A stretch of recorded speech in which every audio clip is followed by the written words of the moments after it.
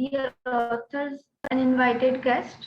Welcome to the technical session 4B. I am Riddhi Goel, moderator of this session. On behalf of Global Knowledge Research Foundation and Knowledge Chamber of Commerce and Industry, it is my great pleasure to welcoming 7th International Conference on ICT for Sustainable Development through the Zoom. I hope you will enjoy this knowledgeable and interactive session through the day. Just before we get started, some notes for the presenter. You will be given 8 minutes for the presentation and 2 minutes for a question answer. And 7 minutes, I will raise a gentle reminder to conclude our presentation. So please be stick to the time limit. And just before we get started, I would like to introduce to all our session chair, Professor Nimisha Patel. She is not unable to right now to connect this session, but she will join us in a few seconds. So I would like to introduction about the Professor Nimisha Patel. She is currently working as an associate professor in computer engineering department of Indus Institute of Technology and Engineering. She has a more than 17 years of teaching experience in the field of computer engineering and information technology. She has also worked as a dean, faculty of computer science, Sakalchand Patel University, Visnagar, and her area of domain is a cloud computing, networking, information security, and parallel programming. So she will join us soon in a few 5 minutes, right? So I would like to invite our first presenter, Deep Nanda, and paper title is Emotion Prediction of Comments in Twitch TV live stream environment. Yeah. Thank you, Riddhi. May I share my screen? Yes, sir. Sure. Can you see the screen? Yes, I can see your screen, and our session chair is also joined the session. Okay. Good afternoon, ma'am. Welcome, ma'am, Nimisha, ma'am. Thank you, madam. And sorry for the 2-3 minute delay. No problem, ma'am. Can we start your concern? Yeah. Please start. Yeah. Okay. Good afternoon, everybody. My name is Deep Nanda, and today I'll be presenting my paper on the topic Emotion Prediction of Comments in Twitch.tv live stream environment. My co-authors are Aryan Chauhan, Janit Jain, Ken Patni, and Professor Lakshmi Kuru. We are from the DJ Sangvi College of Engineering from Mumbai.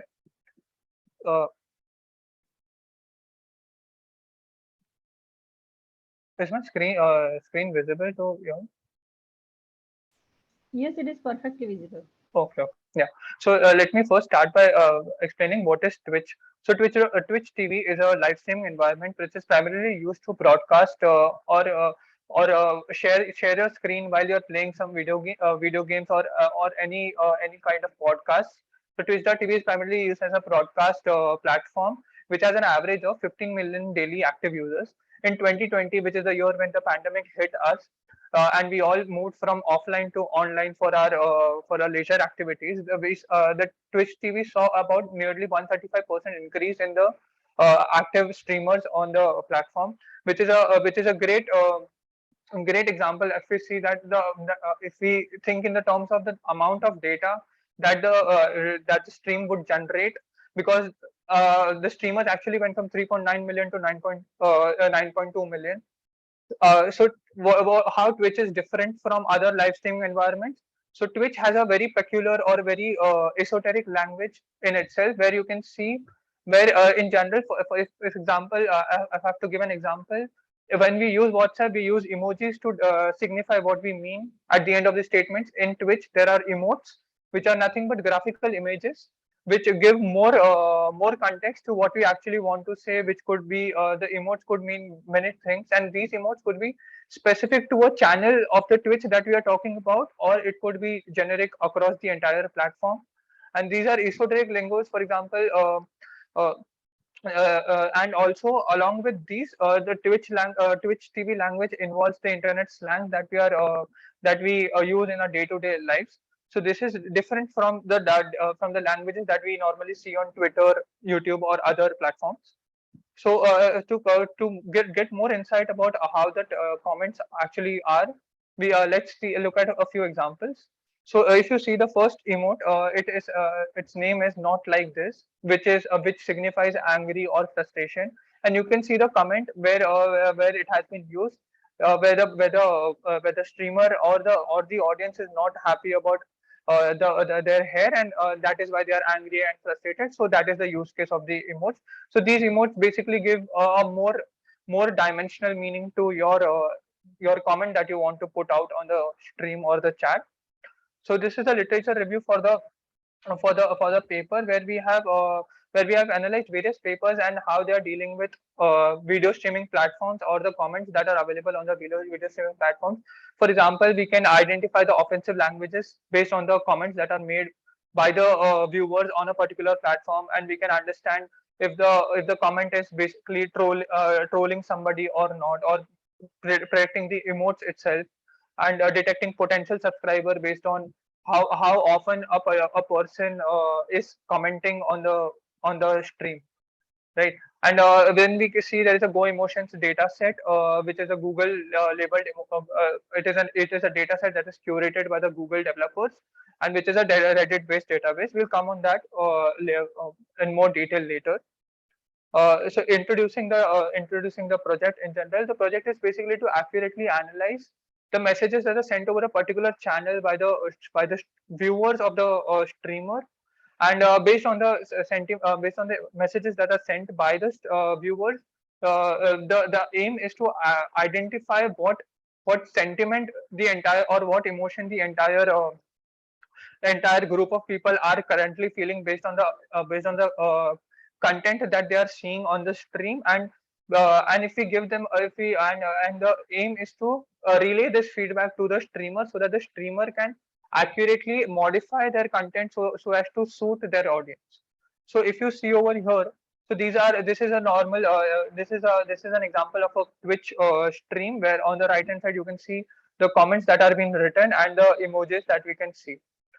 So now, why emotion analysis and how it would be different from sentiment analysis? Sentiment analysis, as we all fairly know, that it is one dimensional. It is majorly negative, neutral, and positive. While emotion analysis is a more fine grained version of sentiment analysis, where we can very accurately understand what a particular emotion is depicted by the said person for a particular content that he or she may be viewing.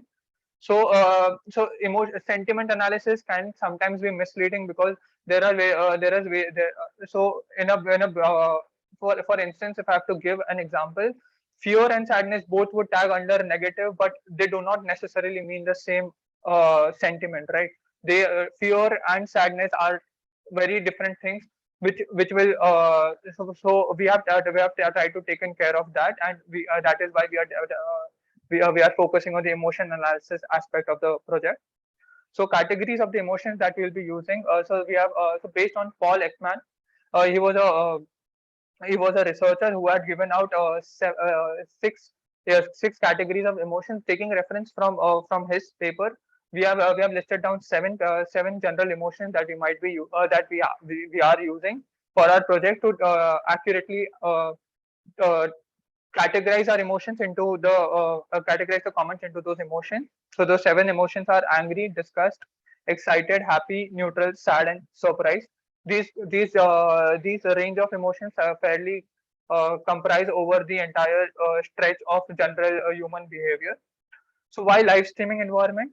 The data's value comes from it being used to make decisions. As I said, the boom of the because of the COVID-19, the boom for the online platforms has increased, and there is a mountain load of data that has been coming over here. So if we use the data in a constructive way, we can help help mitigate problems. For example, if a streamer understands that his or her audience does not like something in the content, he or she may immediately take corrective measures based on the live feedback that we will be providing to the streamer, and hence avoid any possible problems.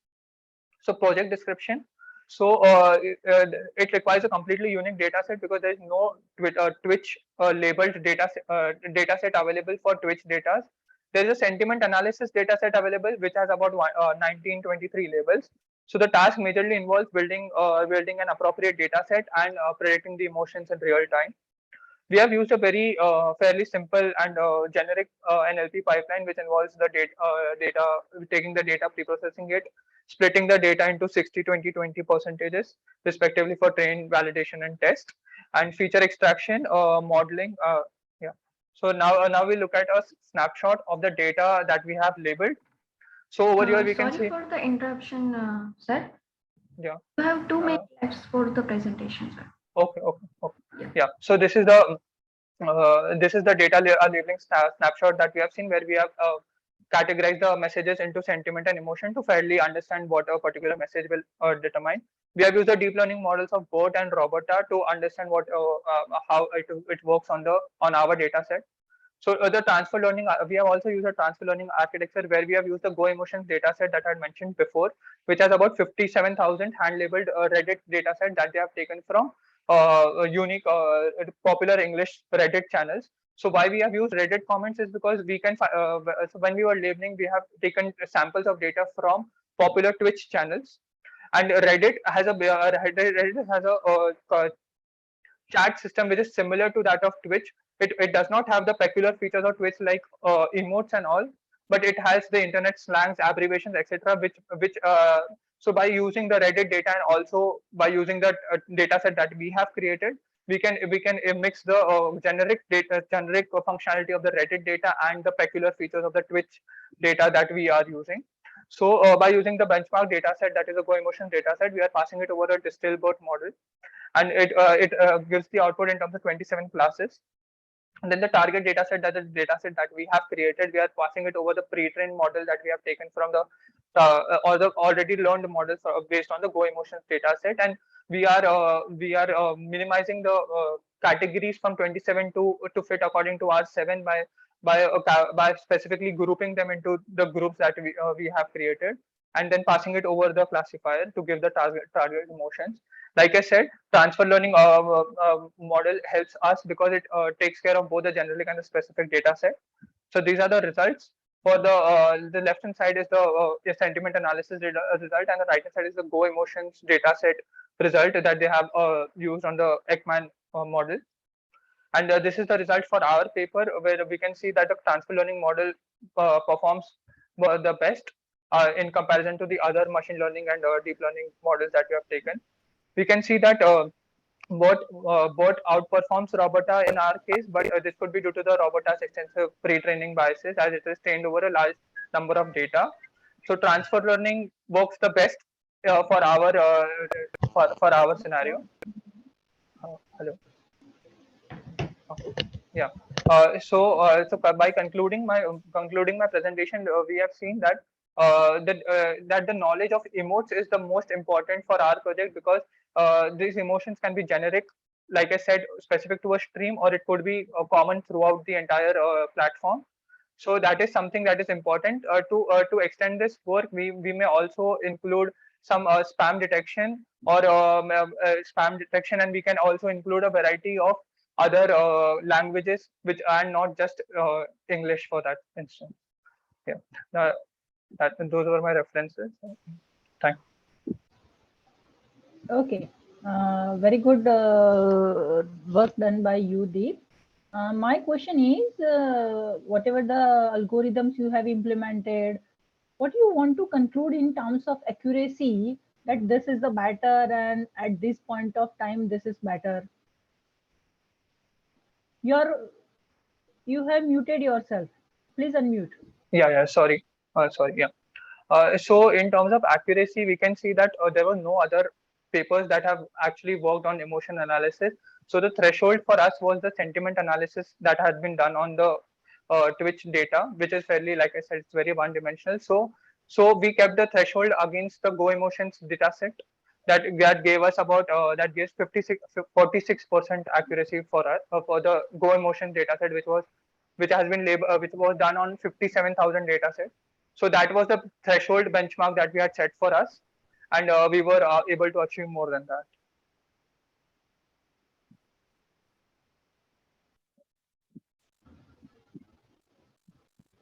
Okay, thank you. Yeah.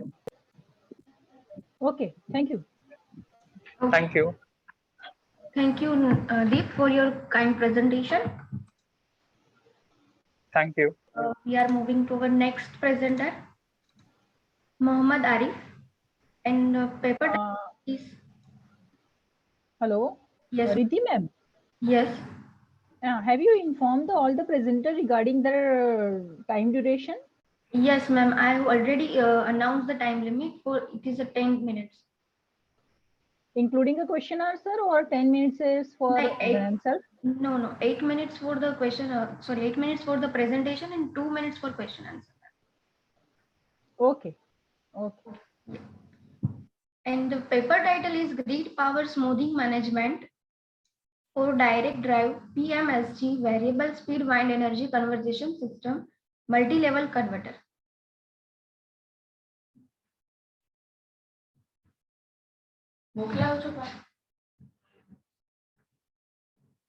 I think she is, sorry, I think he is an absent. So we are moving forward to next presenter.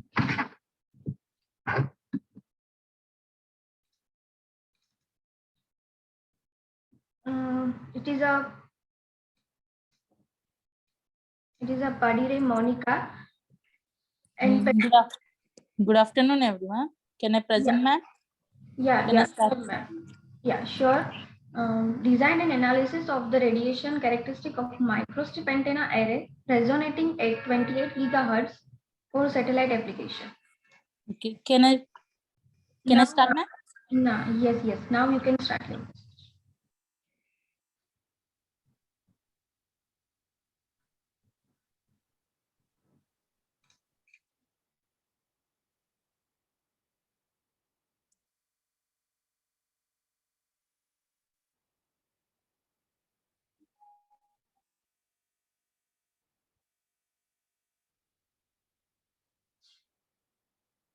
Can I present, ma'am? My screen is visible to everyone. Yes, it is visible. Okay. Good afternoon, everyone. My title name is Design and Analysis of the Radiation Characteristics of Microstrip Antenna Array Resonant at 28 GHz for Satellite Communication. By using the microstrip antenna, we are presenting for the satellite communication at a frequency range 28 GHz under the guidance of JM and Ebenezer sir, my co-authors. Next, these are the contents. What is the proposed system? Why we are using microstrip antenna, work methodology, literacy survey, simulation tool, design and equation of rectangular patch antennas and physical dimension results. Next, what is the background? Coming to the before, we are using for the satellite communication large antennas. By using microstrip antenna, that is a single chip we can use in the satellite communication. Before that, we are using the bulk number of antennas for the application. To decrease the size, better accuracy, I'm using a microstrip antenna. Here, currently, satellites are used for diverse range of application, including telecommunication, navigation, weather predictions, and military intelligence, scientific studies. As we are using the number of operational satellites in space today, we have many telecommunications users. They are depending upon their bandwidth, service, and lead to tremendous growth in communication system. The next generation, we are using the wireless networks, need to accommodate more data traffic, contemporary networks. Since these are the spectrum we are using the by diverge area, the main improvements by using microstrip antenna is depending upon the size, bandwidth, more communication, it's better accuracy. We are using here microstrip antenna array. This is the continuation of background why we are using high performance, where the size, weight, cost, performance, and easier of installation, aerodynamic, we are using this microstrip antenna. Before that, we are using the range. We are using the C and carbon, which is nothing but we are C and carbon frequency range, that is C 4 gigahertz. We in this 28 gigahertz is nothing but we are using the carbon frequencies for the better performance. Nowadays, industrials we are using only carbon frequency. It is 28 gigahertz. The advantages of satellite-based services, we are using the large coverage area with, with lower bands due to decreased demand of diverse services and increased bandwidth demand calls. We are using this microstrip antenna array. What is the proposed system? Development of microstrip reflect array antenna with a frequency range of 28 gigahertz. The purpose of satellite communication is mainly we are using microstrip antenna to reduce the size with better accuracy. More, we are using this for this satellite communication system. What is a microstrip reflect array antenna? When many antennas are, we are using the open and short circuit termination in the planar space. We are using these feed antennas. These elements re-radiated the illuminated energy into the space. The total re-radiated energy that we are using the terminations. This is the basic fields that propagate of the elements feed to different paths depending upon the parameters, its reflection coefficients. We are using the different phases. Due to the recent advancement of lightweight and low profile printed antennas such as microstrip patch antenna, the printed reflect array becomes physically more reliable and attractive. What are the applications of microstrip array antenna? We are using the mobile and satellite communication, GPS system, global position systems, direct broadcast televisions, radio frequency identification purpose, worldwide, WiMAX. We are using the wireless lines. This microstrip antenna is used. In this session, we are using the series fed microstrip patch arrays. Why we are adding the member of antennas for the better antennas. We are using a single chip.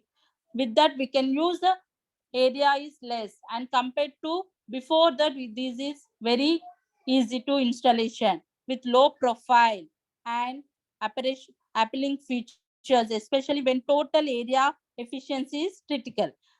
Resonant and traveling wave patch arrays are the two types of series fed patch arrays. The magnitude of the wave launched the microstrip feed decays towards the load in the later case, remaining the power absorbed by matched load. The patch and width are calculated to desired the excitation and distributions. This is a work methodology why we are using how to applicable in this. Literacy survey, and depending upon the design of microstrip antenna, how to design the source antenna by using FICO simulation tool, designing the reflector antenna in FICO simulation tool. Again, we are using the analyze and radiation characteristics of the microstrip antenna after the testing and validation process is done. These are the literacy survey. Depending upon this survey, I concluded which antenna is better, what are the what we have to take the conclude, what are the steps we can consider, what is the better accuracy. These are the survey I could refer from this. This is the basic antenna design. What is the top and side view of antenna? And here we are using the FICO simulation tool. These are the basic relations equations. What is the antenna, rectangular patch antenna? What is the width? What is the height of the antenna? What is the patch substrate length? These are the physical dimension of microstrip array design. What is the patch width, patch length, and substrate height, matching length of the antenna? Basically, we are using here substrate length is 0.254. That is nothing but 10 miles. These are the physical dimension I consider for the antenna design. And the microstrip antenna design by using FICO simulation tool. These are the sum of outputs here, near and far field patterning with respect to the gain is 15 dB. What is the reflection coefficient parameters compared to S11? Frequency, and this is the output, sum of the outputs from the top. These are the E plane and H plane outputs of the by using radiation characteristics of microstrip antenna array. 2D gain H plane. What is the reflection coefficient? The reflection coefficient up to 28 gigahertz. Here, with respect to the real-time parameters, we are using the carbon frequency range. Before, we are using the C and K bands. What are the inference I'm taking here? As the number of antennas, depending upon the elements we considered, as the width of the patches increases, the impedance will be decreases. Increases the substrate height, increases the patch width, we can decrease the relative permeability.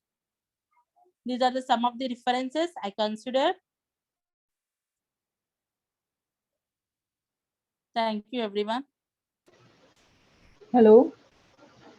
Hello. Yeah, ma'am. The conclusion part is missing. What you would like to conclude? By using this, by using the microstrip antenna, we can decrease, and the bulk size of antenna came to the micro with more frequency range, more accuracy, and it will be substrate length is also 0.254, which is 10 miles, and we can improvement in the satellite communication by designing this microstrip antenna with more accuracy, less bandwidth. Other than this microstrip antenna, what are What, ma'am? the other options available? Other than this microstrip antenna, do we have other options available for this? Different antennas also we can consider, ma'am. Resonant free. We can use patch array antennas, rectangular patch array antennas. By using microstrip is nothing but it looks like a SIM, ma'am. With that we can get more accuracy. Okay, okay. Thank you, everyone. Thank you.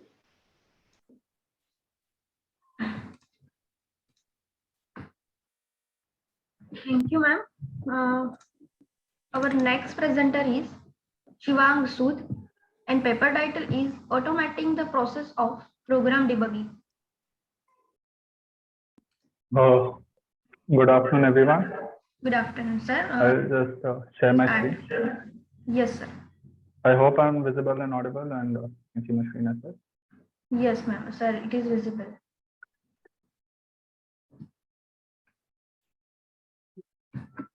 Good afternoon, everyone. Today, I, Shivang Sood, will be presenting my paper, Automating the Process of Programming Debugging, paper ID 220, on behalf of my teammates Harsha, Shahid, and Shashank, who have worked under the guidance of Professor Ines Kumar from PS.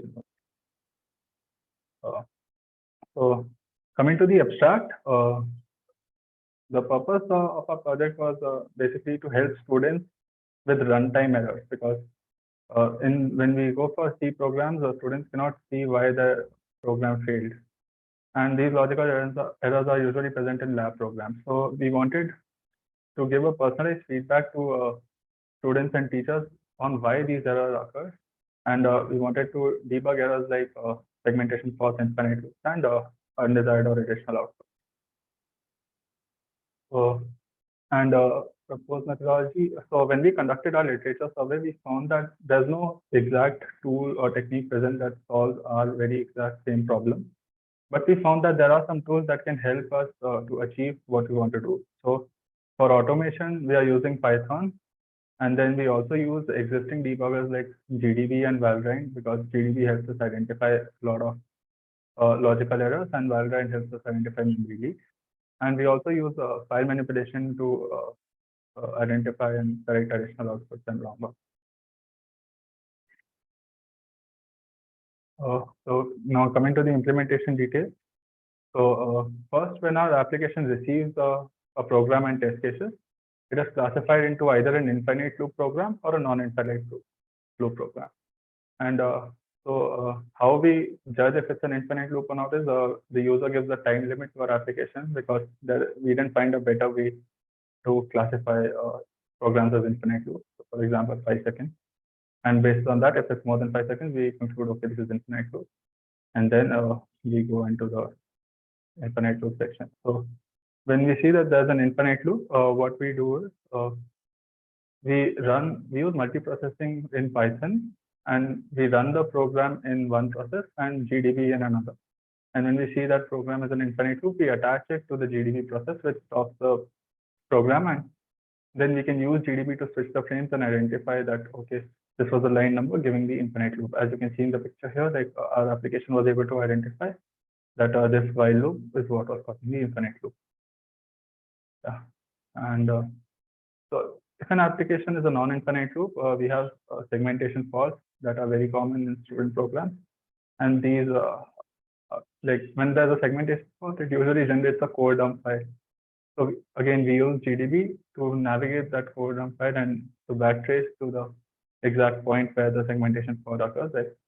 As again, in this image, we can see that this line is what caused a segmentation fault, and this is basically due to null pointer dereferencing, which also our application does because the local variables in here are 0.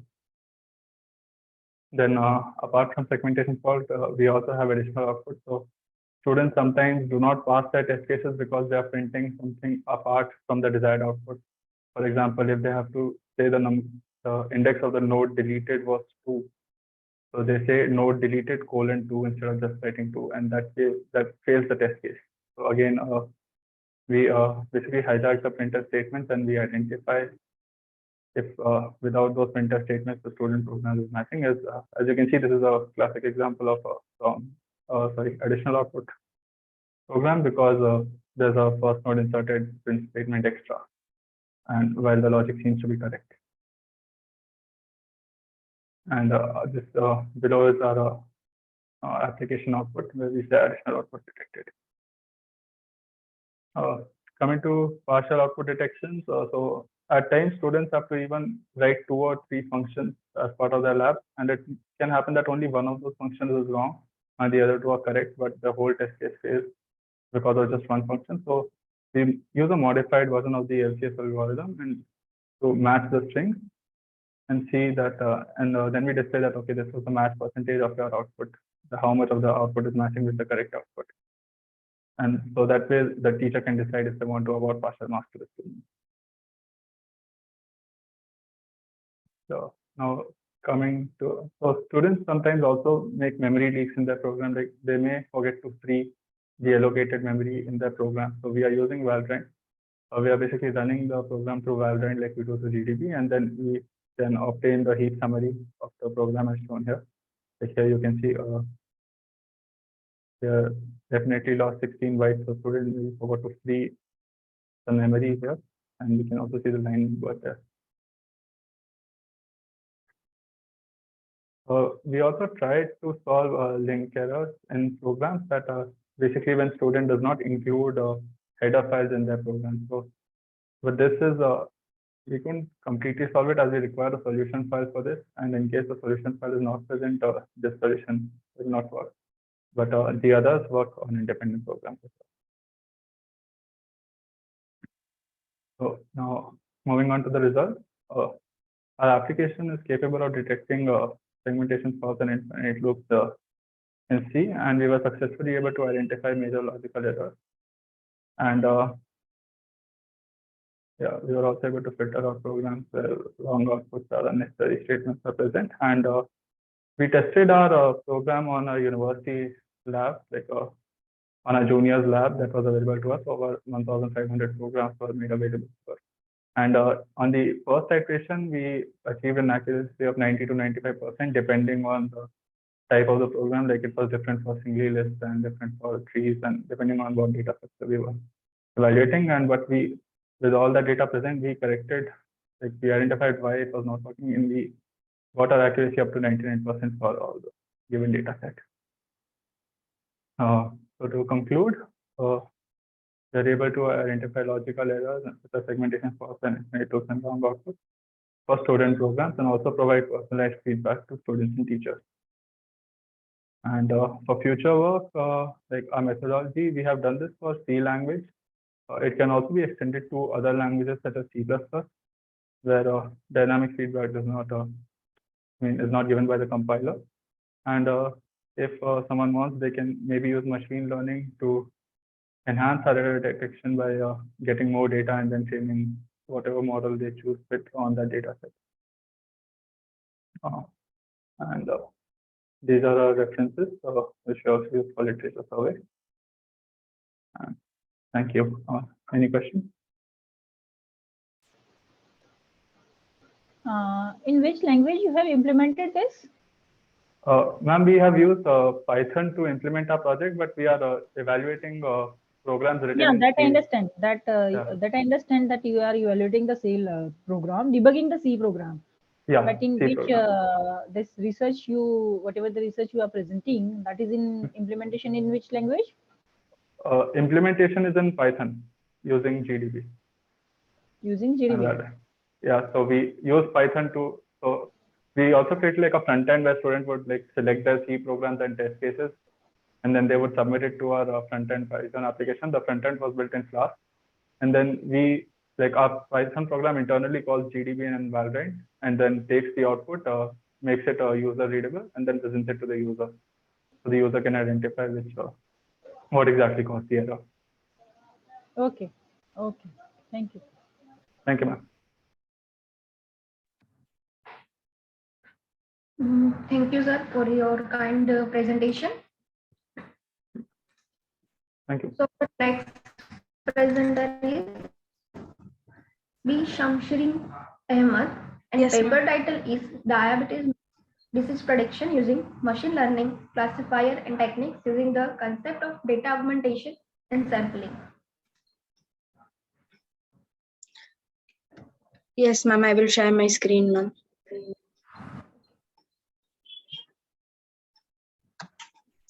Can you see my screen, ma'am? Can you Yes, see? yes, it is visible. You may please start. Good afternoon to one and all present here. I am B. Shamreen Ahmed, and my research topic is diabetes mellitus disease prediction using machine learning classifiers and techniques using the concept of data augmentation and sampling. My guide is Dr. Meenakshi Sumitarya from MIT World Peace University, and my co-scholar is Auxilia Oswin Nancy, who is working in the same university, SRM Institute of Science and Technology, Vadapalni campus. So my basic idea of research is that diabetes mellitus as such we know is an autoimmune disease. So autoimmune disease as such, we don't know what is one particular reason based on which a person is being affected by that disease. So in order to overcome that problem, there are various machine learning algorithms which are currently being used for the prediction process. And most commonly used algorithms are decision tree, gradient boost, light gradient boosting machine, logical regression, support vector machine, random forest, to name a few. So based on these algorithms, what I am looking forward to do is to find out the best possible accuracy for predicting the diabetes disease. So the future scope of this is that in addition to predicting the disease, you can also identify the probability at which a person can be affected by other diseases in future. So basically, when a person says diabetes, the most likely diseases which a person may get affected by next is heart disease or liver disease or eye diseases. So these are all diseases which are connected. So that can be done in the future scope, and also place where the type of diabetes disease can be identified. So this is my introduction part. I have done a literature survey from some of papers of researchers who are working in this same domain, that is diabetes, and by using machine learning classifiers. So in this, the first author is using PIMA Indian dataset, and by using k-means algorithm. So for k-means algorithm, the accuracy is 78%. So in the second paper, they are using two other algorithms, naive Bayes and support vector machine, but the accuracy is still below 80. In the next paper, they are ensembling two classifiers, which is random forest and JF8, and comparatively, the accuracy achieved is higher for PIMA, which is 93.6. In the fourth paper, three different classifiers, which is random forest, naive Bayes, and decision tree, are used for the same data set. And by using random forest, they are achieving an accuracy of 94% compared to random naive Bayes and decision tree. So there are two other papers which have an accuracy of 88.6 and 75.7. So these are the other papers with an accuracy of 96, 9.8 using pipeline, and 80%. So these are all various papers which I have gone through. So these are two other papers where the data accuracy is above 95 and almost 95. So what I am trying to do from these research gaps which I have identified is, when you're using various algorithms, not many people are actually comparing all the algorithms. So they are using just 2 or 3 classifiers, and from that they're getting an accuracy, which may have its own advantages, disadvantages is what I feel. And the predictive model can also be fine-tuned a little further for obtaining a higher accuracy. The third research gap is most commonly used data set is PIMA-Indian data set, which is publicly available. So even PIMA-Indian data sets has a little limitations because of the data cleaning and data pre-processing that we will have to do. So there can be different data sets that can be collected if possible. So for that case, real-time data set can be collected, and different other attributes can also be used apart from the common attributes such as BMI, hereditary, or pregnancy, etc., age. So all these are the common attributes. Apart from this also, we can identify if there are other attributes which play a major role in diabetes disease. So this is my architecture diagram. So first, there is a database. In that database, we have to collect the data. So once the data is collected, the data has to be purified by the process of data pre-processing. That includes data cleaning, data integration, etc. After that, an exploratory data analysis is done for further clearing the data which is prepared to be fed into the model, and data augmentation is done after that. Data augmentation, basically why I am doing is so that the imbalance of data is comparatively reduced. So when you take PIMA data set, the number of negative instances is higher than the positive instances, which might differ the testing and the training data sets. So for that, data augmentation is done in order to balance the data. And then the data is divided into testing data, training data, and fed into the predictive model that I have created. So once the data is fed into the model, the final accuracy for based on the classifier that I'm going to be used will be achieved. This is in short proposed system. So I have worked from different angles and using different classifiers. And what I identified is that the three classifiers which produce the highest accuracy is LGBM, GBM, and RF, light gradient boosting machine, and random forest. So out of this, the highest relevance attribute or factor for diabetes that I have identified is glucose. So in addition to glucose, we can also take other attributes such as BMI, age, pregnancy into consideration, so that it will equally distribute and will give us a better output of not just one attribute which is affecting a person for the disease, but there are other attributes also. So like I said, for the future scope, the probability of prediction for other diseases can be identified. So this is my proposed system. So this is just a process: data pre-processing, exploratory data analysis, followed by feature selection and extraction, so that the data set is prepared. And also the data set I'm using two different types of data sets. One is the PIMA data set taken from the public repository, and the other data set is a manually collected data set from patients. This is a heat map also. Sorry for the interruption. Yes, ma'am. Yes, ma'am. You have only 2 minutes left, right? Okay. It's done, ma'am, almost. Oh.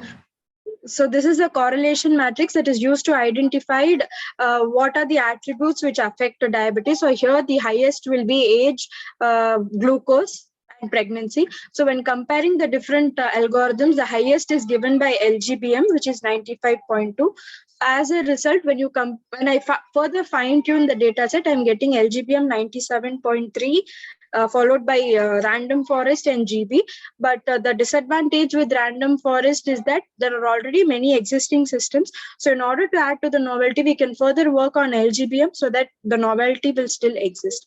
So this is the idea of my study. Like I said, the future scope is probability. So these are some of the reference papers that I have taken. Thank you. Any questions? No question. Thank you, ma'am. Thank you for your kind this presentation. Thank you, ma'am. I'll stop sharing. Yeah. So our next presenter is Devika R. And paper title is Lightweight Deep Learning Facial Expression Recognition Model. Yes, ma'am. Yes, ma'am. You may please start your presentation.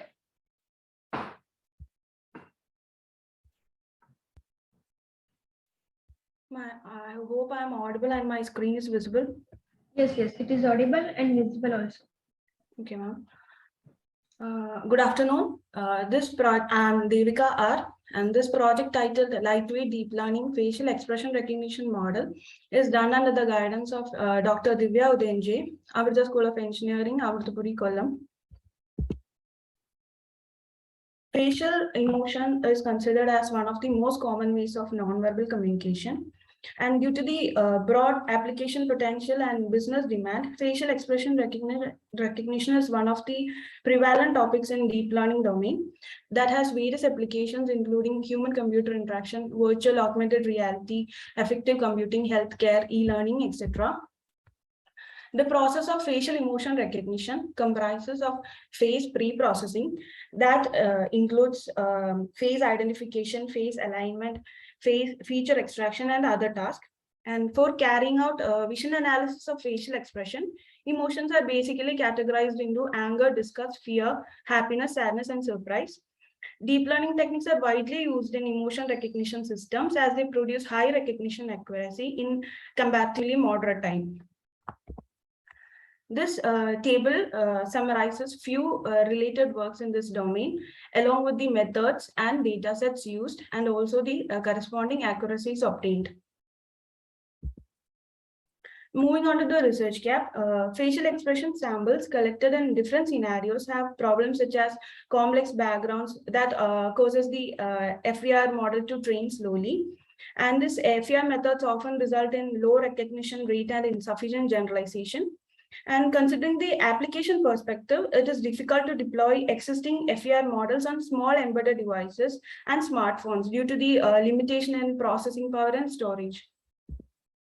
So we propose a lightweight deep learning model based on mobile vision transformer architecture, which is a combination of convolution network and transformer network, and that has achieved state-of-art performance on ImageNet dataset. And since most of the application domain of facial expression is majorly deployed on devices with low computational power, this work majorly focuses on a lightweight model.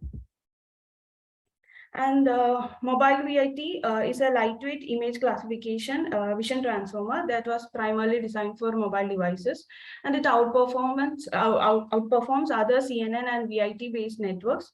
And for our project, we have a modified version of mobile VIT with the inclusion of squeeze and excitation layer. This figure depicts the model architecture. As already mentioned, this is a combination of CNN and transformer network, and there is a MV2 block and an MVIT block. This MV2 block is a MobileNet V2 block where the downsampling of the image is carried out. And the local features are captured by MV2, and the global relationships are found by the mobile vision transformer block. And finally, the local and global features are combined in the fusion layer and then classified into its corresponding emotion classes. And the various data sets used are RAFDB that comprises of 30,000 facial images annotated by 40 trained human coders with basic or compound expressions, and AffectNet that includes basic 7 fundamental expressions, and the FER2013 that contains 35,887 facial images, and the faces vary widely in age, position, and thus it makes it hard. It makes it a hard data set. And finally, the KDF data set that contains 4,900 pictures of human face expressions. And comparatively, the KDF dataset had a very low image noise and making it ideal for using as a training data for expression recognition. Here, the primary dataset used is RAFDB, and other 3 datasets are used for comparison purpose only. And the pre-training of the model was carried out with the Cellaway datasets that contains more than 2 million images. To make the model learn facial related features for improving classification accuracy. Then the last layer of the model was replaced with the classification layer for emotion recognition. For pre-training, only basic augmentation methods like rotation, horizontal flip, horizontal and vertical shifts are only being used. And in the pre-processing phase, face images are extracted using MTCNN network, and the pixel values are normalized between to a range of 0 to 1. And for increasing the overall accuracy and generalization capability, cut mix augmentation strategy is used, that is represented in the picture.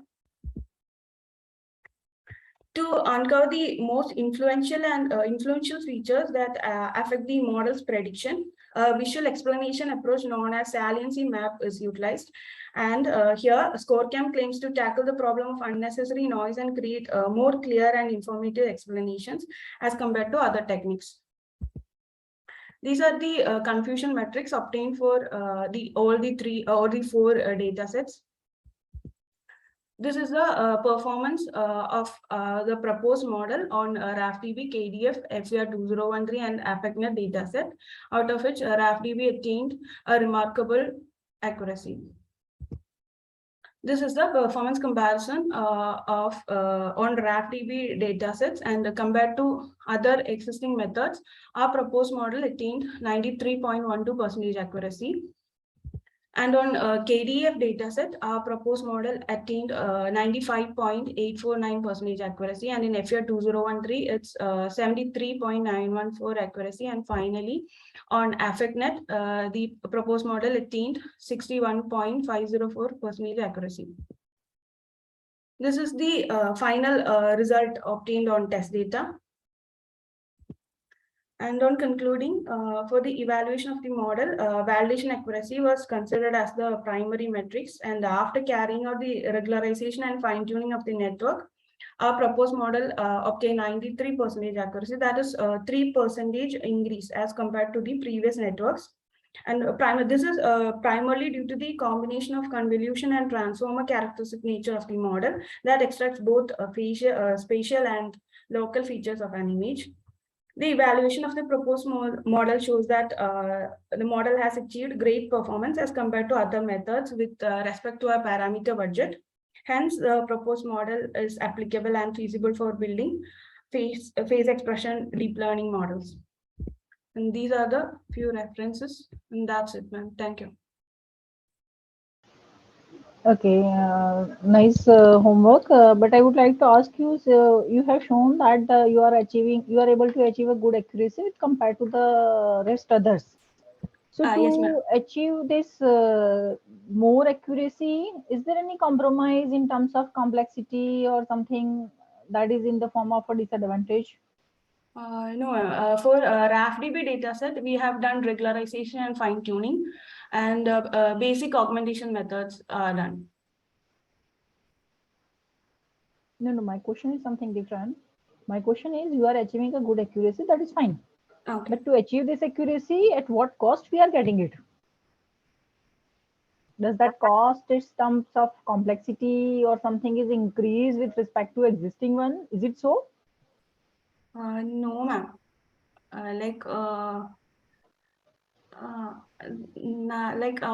Time, I don't know, ma'am. Okay. Thank you.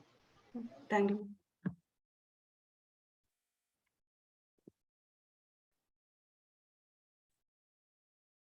Thank you.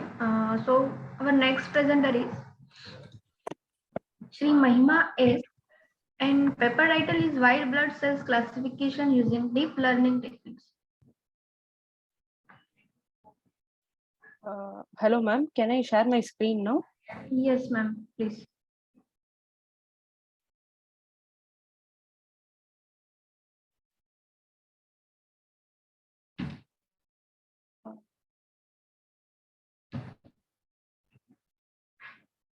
So, good afternoon, everyone. My project is about white blood cell classification using deep learning technique. Myself, Shri Mahima, and my co-author is Yuvarani Ji, and my mentor is Nandine LK, and we all come from Rajalakshmi Engineering College from Chennai.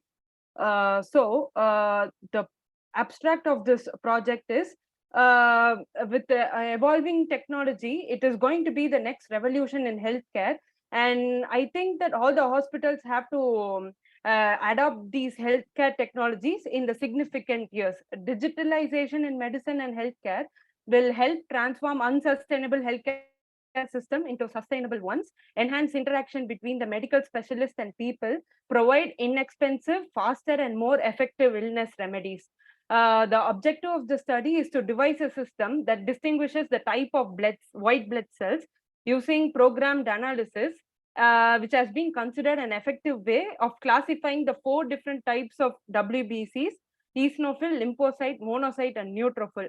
I have used convolutional neural network models for detection and classification, which has produced a good accuracy rate compared to the existing system. The training was done using a publicly available data set, and visualization methods were used to show the map, model accuracy, and loss. I have discovered that the neural network can record the colors and textures of the liaisons that is specific to the blood cell type, which resembles human decision making. The final model is being deployed using a Django framework for classification, where you can upload a testing data set or a picture, and you can obtain the result. So the key challenges here is the understanding of convolutional networks and motivating the doctors to use the current technology to lessen the error, and challenges associated with respect to understanding the convolutional network models. So the motivation behind this study is because white blood cells are present in each and everyone's immune system, whose role is to fight various infection caused by viruses, bacteria, and other diseases. While WBCs like predict unusual body entering into a system, and there are various issues caused due to it. Using technology and automating task of detecting the type of WBC will be very helpful, as it would fasten the procedure in case when compared to using the traditional methods. Our objective is to create a friendly web application which can be used by the doctors to classify the 4 different types of white blood cells, because we cannot expect the doctors to be well versed in convolutional neural networks. So all they have to do is to like upload the blood cell picture which has been obtained from the lab test, and they would get the results knowing which type of blood cell is that.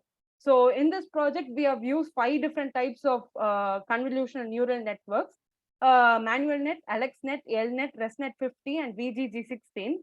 And the model which has given the highest accuracy has been the data from that model has been stored as an HYPY file, and that file has been uploaded to the Django framework, which would show you the result. So the advantages of the proposed system is that it has been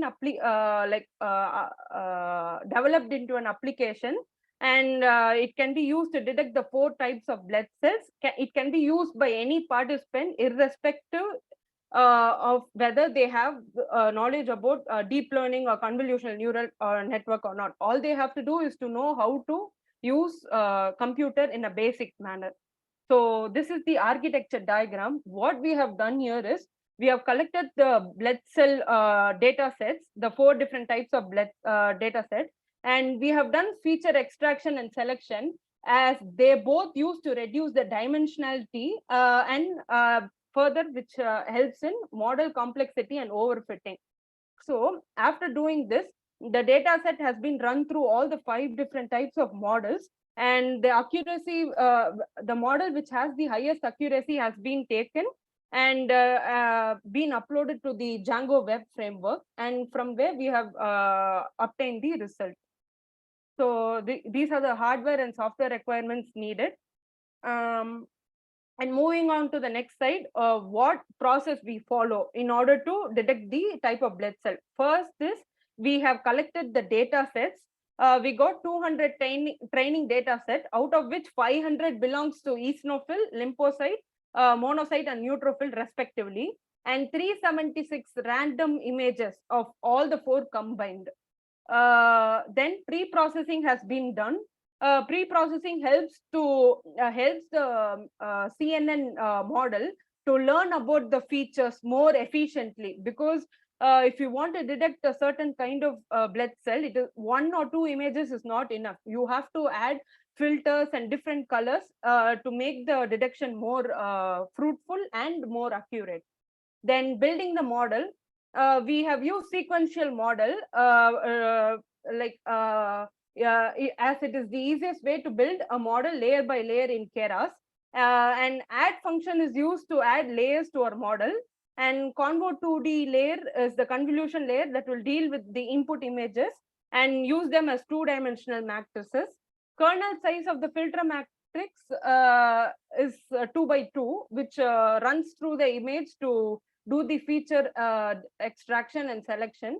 And then activation layer, for the hidden layer, we used ReLU, and dense is used for output layer, and the activation is softmax, which makes the output sum up to 1, which is interpreted as probabilities. So the blood cell which has the highest probability will be concluded that that picture is this particular type of WBCs. So then we do fitting the model. Fit generator is used to fit the data to the model. Data is generated indefinitely. As you know, convolutional model neural network can generate more number of data. Keras model needs to know how many samples to draw from the generator before declaring an epoch is over.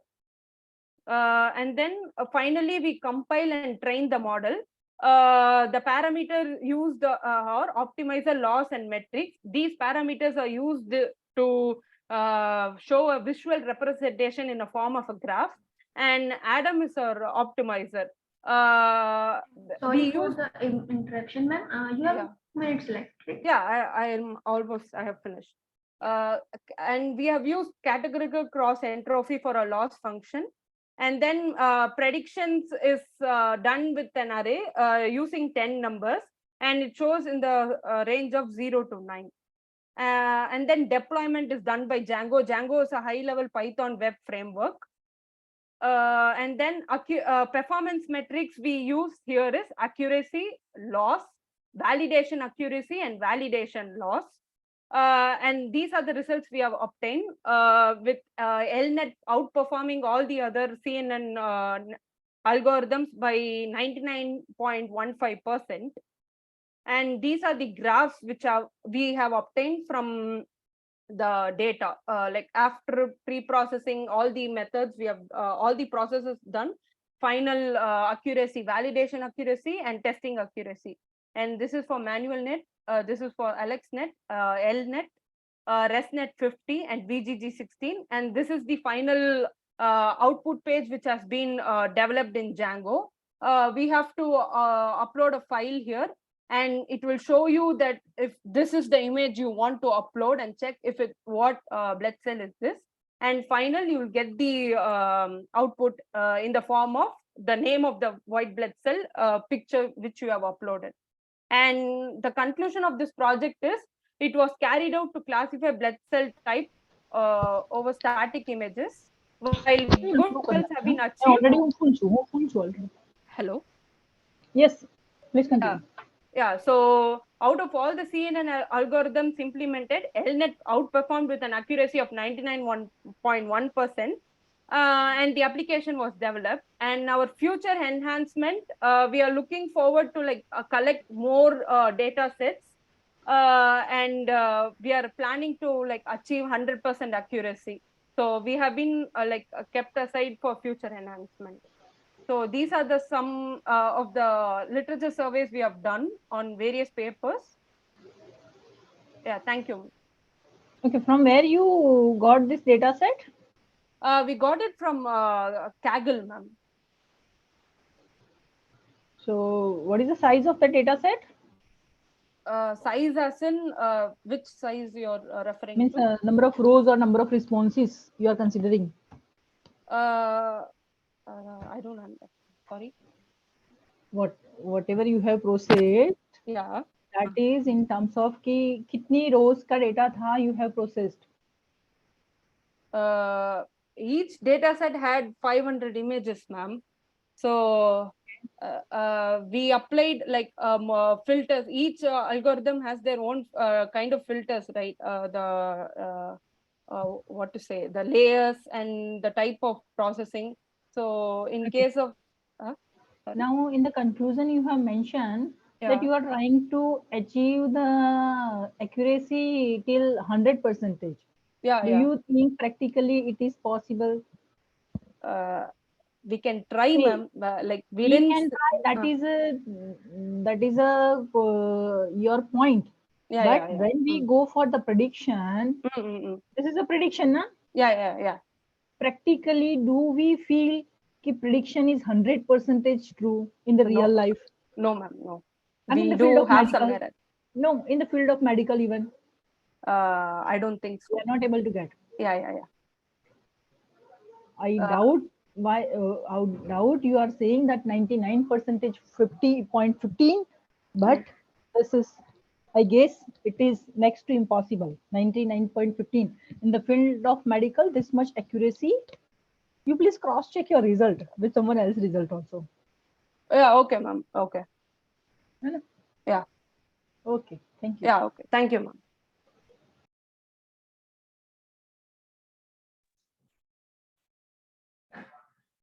Thank you for your presentation. We can start our presentation with Anand Pandya is here.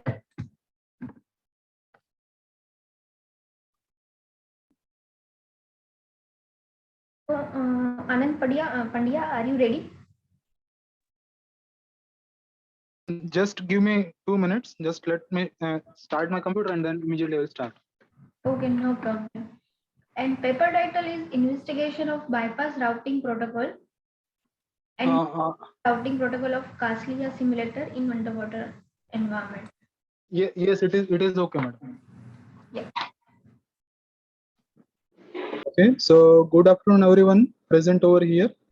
I am Anand Pandya, and today I am going to give my presentation on my paper. Title is Investigation of Bypass Routing Protocol and Multipath Ring Routing Protocol of Castalia Simulator in an underwater environment. My paper ID is 274, and the co-author for this paper is Dr. Tanmay Pawar. Okay, so first of all, before beginning my presentation, let me show you some underwater sensor network application, or why underwater WSN is useful. So underwater WSN can be useful in a seismic monitoring, that is whatever earthquake and other things are happening under the sea, underwater pollution monitoring, ocean current monitoring. Okay, nowadays so many pipeline and submarine cables are deployed under the sea, so we can say equipment and pipeline monitoring. Assisted, we can use it for assisted navigation and for a technical surveillance. So basically underwater sensor network look like this. On a seabed, the sensor nodes are deployed. Now these sensor nodes are responsible to sense the environment, let us say a kind of oil leakage detection, or we can say the animal tracking purpose or submarine tracking purpose. They are sensing the environment, and based on their input, they are sending the data to onshore sync, or we can say surface sync. Now surface sync is, we can say it is connected with a dedicated lease line, where it has an internet connectivity, so the data can be processed and it can be further analyzed. This is also another example of underwater sensor network. Now, why the routing part is important for any underwater WSN? Because so many researchers have already claimed that the routing consumes the highest energy.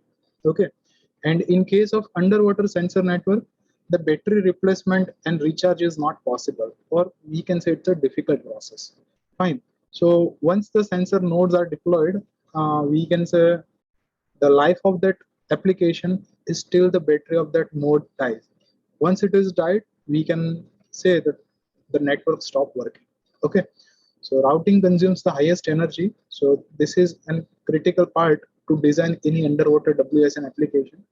So mainly these are the four techniques, that is geo-based routing, hook by hook routing. If so many sensor nodes are involved in a WSN application, then we can also use cluster-based routing technique. And if we want a more reliability, that is our sensor nodes are sending a very critical data, and we want to ensure that by any mean it should be reached to the destination. Okay, it should never lose. Then we can also use a multipath routing as well. Now there are so many underwater sensor network simulators are available. For example, NS2, NS3, Aquasim, Bosch, USNet, and Castalia. So especially I have worked for the Castalia simulator. Castalia is an Omnet++ based simulator developed by NICTA, that is National Information Center, Information and Communication Technology Center, Australia. It is a, we can say, research organization, and most of the time they are working for a WSN kind of application. So why I have choose the Castalia simulator? So there are some advantages are mentioned in the Castalia user manual, are like it offers advanced channel model to model a real-time path loss as well as to model a real-time interference of other node. It has a multiple TX level support is there. That is, if we wants to set different transmitter level of a node, then we wants to test that if we are keeping transmission range at certain limit, at which up to what distance it can send the signal. Okay, so if you wants to develop this kind of mechanism, it can be possible. It also provides us a real world sensing model like value reporting, bridge test. What is the value reporting in bridge test is there, that we will discuss while discussing the implementation part. This is the node architecture. Sorry, this is the architecture of Castalia simulator, in which what node 1, node 2, node 3, node up to node n, what they are doing is basically they are referring any physical process. Okay, physical process means the environment. It can be environment can be air, it can be underwater, or whatever we consider. Okay, we can consider a physical process is a kind of phenomena that what I'm going to sense. So basically nodes are sensing the environment. Based on the sensed value, it is processing that whether this data is to be reported to the gateway or a surface sync or not. It is processing that part. If the node fails, or whatever program that we have written inside the node, and it founds that okay, this particular thing is to be sent to the gateway, then what it will do, it will send the signal via wireless channel. A wireless channel is, we can say, a kind of RF or acoustic way or acoustic signal through which the information can be reached to the surface sync via single hop or via multi-hop communication. This is a architecture of node module. Okay, we can simply correlate the same with our traditional OSI protocol stack. Fine, that is sensor manager or sensor are sensing the physical channel. Based on a sense value, it gives input to the application that this is the temperature, this is the oil level that I have detected. Based on now the application. You have only 2 minutes for your presentation, sir. Okay. So this application will decide that this data needs to be sent to the surface sync or not, and it will send. If it found that it is to be sent, then subsequent packet formation process will get started. So now I have studied a 2 routing protocol of Castalia simulator, which is bypass routing and multipath ring routing. So what bypass routing protocol suggests? It is a very simplest routing protocol, just like a flooding. That if I want to send something, let us broadcast the data. If someone is there in my transmission range, maybe it is a surface sync, maybe it is a other node, or maybe it is a gateway. Then the receiver node will receive the data, otherwise it will be simply discarded. So this kind of protocol is suitable only when we have a sync is mobile, or we have a automated underwater vehicles are there that will visit near to the sensor node, trigger the sensor that you send me the data, and sensor node can send. Okay, it is a very simplest routing protocol. Coming to the multipath ring routing protocol, as the name suggests, the behavior is something like a ring. That first of all, surface sync will send a topology setup packet. As soon as the neighbor will receive that packet, it increment the ring number by 1, it rebroadcast the packet. Again, the neighbor will receive the packet, increment the ring number. So this process will continue till all the node will get ring number. Now, when the node wants to send the data to the sync node, it simply sends the data with a ring number. So that this data will process by only ring number which are lower than the current. Okay. So this way the packet, this way the data will reach from source node to the sync node. Okay. So at the end of topology setup phase, the proposed network will look like this. Entire network is divided into several rings. This is the experimental setup I have used. I have tried to simulate the scenario with 10,000 seconds in the grid of 100 meter cross 100 meter. I have performed the simulation with 100, 200, 300, 400, and 500 node.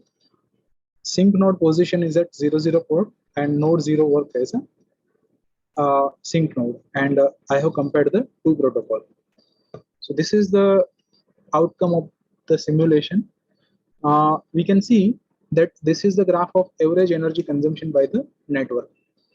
So in case of bypass routing, in all the case, that is from node 0 to node 500, the energy consumption are same. Why? The reason is that the nodes are just sensing the environment and sending the data. They are not spending the data in a forwarding the packet of other nodes. While in case of multipath ring routing, we can see that as the number of nodes are increasing, the average energy consumption are getting higher. The reason is that suppose there are 10 rings are there, and if node in a 10th ring wants to send the data, then all the nodes or which are coming on a path from node 9 to ring 9 to ring 1, they have to spend the energy. So subsequent energy consumption becomes higher. This is a graph of network lifetime. Again, you can see that the blue bar represents bypass routing. So almost the network lifetime is a constant, while in case of multipath ring routing, as the number of are getting higher, the lifetime is getting reduced. This is the graph of number of packet received on a surface sync. So here there is a slight difference between bypass routing and multipath ring routing. In case of bypass routing, the number of packet received on a surface sync are very lesser. Why? The reason is because only those nodes which are in a direct communication range of sync, they can only send the data to the sync. Remaining all node cannot send it. Well, in case of multipath ring routing, all the nodes, they can send the data to surface sync via multipath routing protocol. Okay, so this is what I have presented in my paper. Whatever thing that I have covered in my paper, it is up to this. If experts suggest, then I have something, a few more analysis to show. Otherwise, that's it from my side. Which simulator you have used for implementation? Sorry, madam? Which simulator you have used for implementation? Castalia simulator. Okay. Okay, thank you.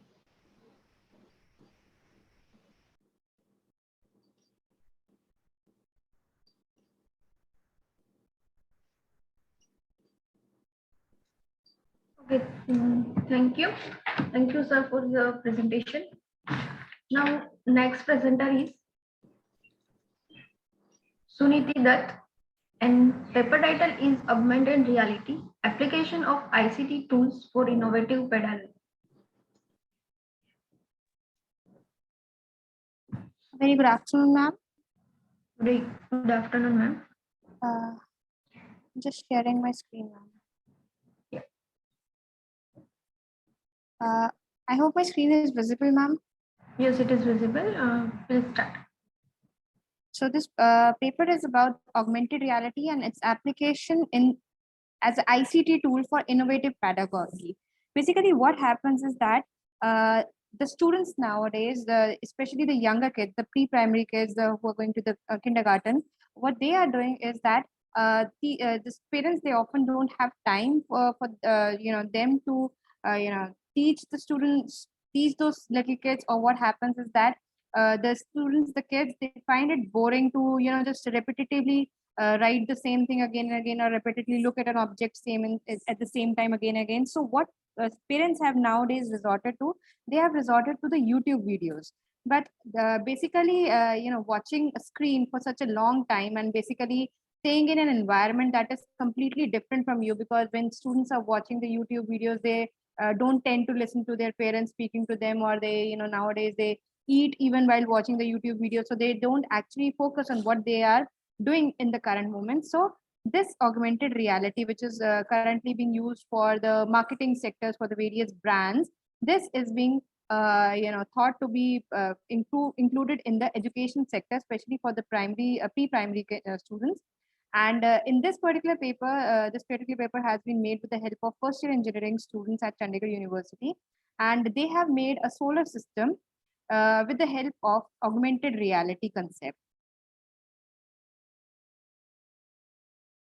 So I was the supervisor in a subject called independent project, and these are the student co-authors for that particular one.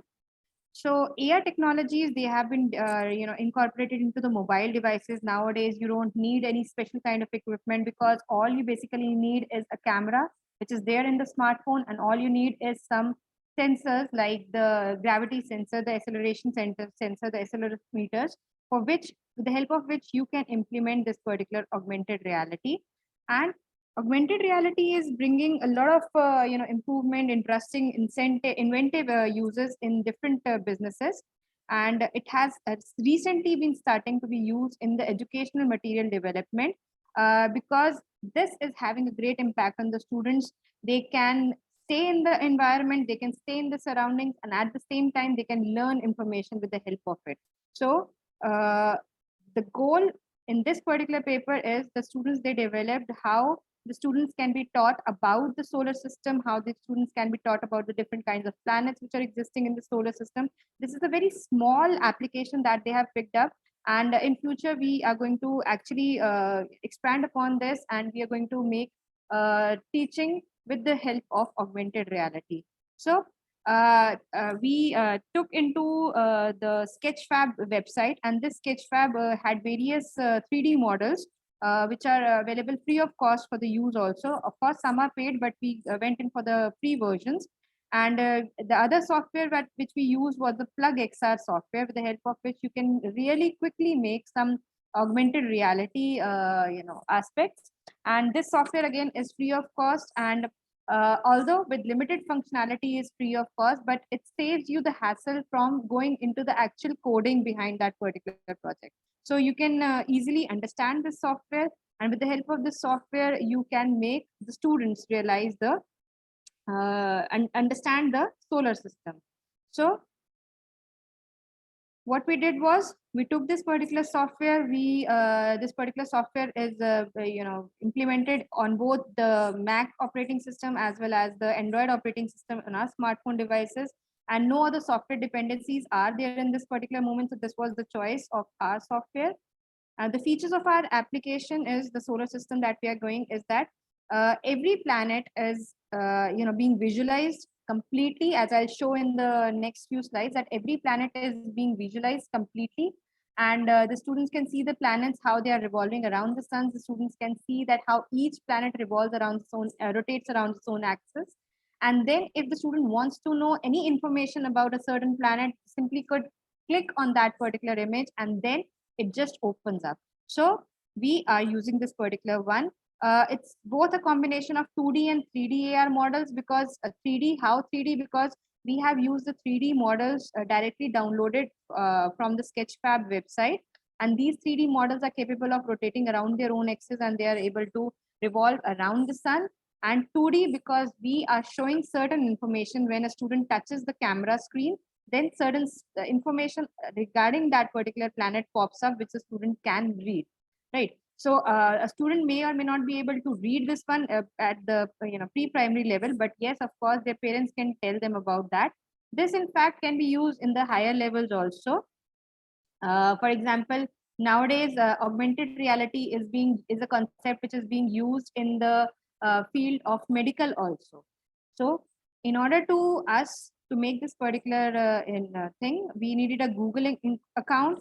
We definitely need a stable internet bandwidth, because every time this particular augmented reality application launches up, all you have to do is you have to scan a QR code with any QR code scan application on your mobile phone. Once you scan this particular QR code, then it automatically connects to the internet, and then everything which is there in the surroundings remains as such. Your camera window opens up in your mobile phone. Whatever things you are viewing out of your mobile phone, whether it's your home, whether it's your bed or whether it's your drawing room behind you, everything remains in the camera view. Just a layer is superimposed in front of your background, and that layer is the augmented reality layer. In our particular paper, this is the layer for the entire solar system. So of course, whatever device we are using, whatever smartphone we are using, it has a rear facing camera, it has gyroscopic sensors, the GPS and the accelerometer sensors. So this was the visual. These are the actual snapshots we have taken from the application. The images are taken. These images are free of copyright and they are taken directly from the internet. And we can have an information about the entire solar system, or we can have the information about the planets also. The next, you can see that there's a big sun in the center and certain small planets you can see revolving around that. And you can see that in the background, we have our own home also. So the students, what benefit this is having is that the students are actually staying in the environment. So they are not glued to a TV screen, or they're not glued to a mobile screen like they are when they're watching the YouTube videos. They can actually see that their parents are also going around by, and they can see them, they can listen to them and so on. So in order to this be able to come out from the laptop, on the left hand side we can see that this particular project is being developed from the laptop, and it senses it and then it suddenly pops out, and whatever you see then from your mobile phone's camera, this particular layer is superimposed over the layer of your camera. And as you can see, if you go on to the planets views, these are the just the backgrounds, the door, the curtains, everything is showing in the background as per wherever you are moving your particular mobile phone camera. And then there are certain information or certain fun facts about these particular planets, whatever these planets are. So this was the implementation part of this particular project that the students are working on. And in the future, they are going to take this a step forward, and they are going to the students, they are going to provide this particular setup to a certain school. We have not yet identified which school we are going to be experimenting this with, and then we'll conduct some pre-test and the post-test to ascertain whether this particular technology is helping the students to actually visualize the concepts, the 3D concepts, which are not clearly realizable in the 2D scenario. So the students next will be taking up this particular task as a future scope. That's it from my side, ma'am.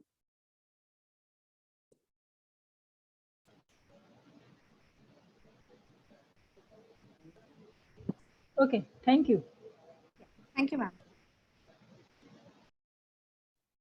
Thank you, ma'am, for your kind presentation. Yes, So, ma'am. Thank you. yes, so all our presentation is done. So I sincerely thank our all authors for their great presentation and their great contribution to this session. And also I thank our all participating for participating in this conference. I hope this session was informative enough to all. We also thank all our supporters for supporting in this version and previous 6 version. And we will happy to have you. We will happy to have you in 8th version of this conference in 2023. All the presenter would be getting their digital certificates within a 2 or 3 working days. And further, all the papers are already forwarded to the Swinger, and publication will be live within a 5 to 6 months. So please kindly cooperate with the team of ICT4SD 2022. Thank you, ma'am. Yeah, just before we can end the session, I would like to also thank our session chair for chairing the session.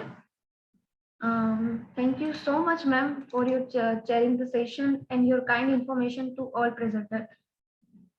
This is a token of appreciation on behalf of whole team of ICT4SD and Global Knowledge Research Foundation. Thank you, ma'am. Thank you all the presenter for your nice presentation. But as being a researcher, I would like to mention one thing. Whenever you go for the research publication or something like that, see, whatever you did, that is a good, but that can be improved if you will refer the standard journal papers from the genuine sources. In the case of a research, it is always better to refer the latest paper and genuine sources. that will help you to improve your research. Right. Okay, so please keep this thing in the mind. And once again, I thank this organizer for organizing this wonderful conference and inviting me for as a session chair. Thank you. Yeah. Thank you, ma'am. Thank you, ma'am. And the end of the session, I will request to all, please turn on camera to quick snapshot of this conference.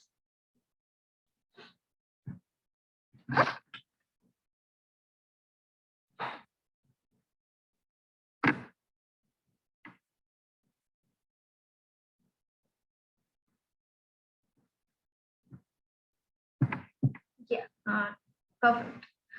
Okay. Stay safe. Take care. Goodbye. Bye, ma'am. Thank you, ma'am. Thank you, ma'am. Thank you, ma'am.